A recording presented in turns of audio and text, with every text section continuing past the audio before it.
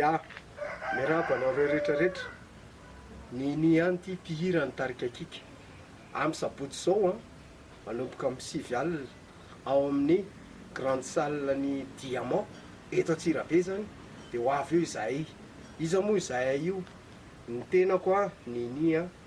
de Iabasy ny Aposta de Jaco Green de Batata ny Ray Milanja anolotra ho anareo seho anankiray hoe Rock and Love eto Antsirabe zany ka de faly zay a raha tonga daholo nareo manatrika ny concert spectacle izay ho ataona 4 amin'ny rahalahy miaraka amin'ny musicien zay a sabotsy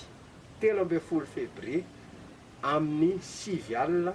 ao amin'ny grande salle Diamant eto Antsirabe sira daholo le ty yes.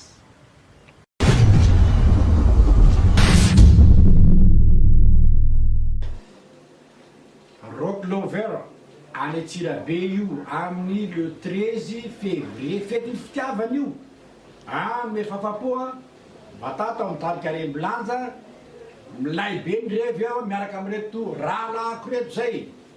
sura mihitsy Rock Lover Diamant amin'ny sabotsy amin'ny 7 alina tongava daholo fa ampitiavana Rock amin'ny 13 ao Antsirabe tsy misy ohatran'iny tongava maro fa milay be ny revy be fitiavana amin'ny rock solide be ko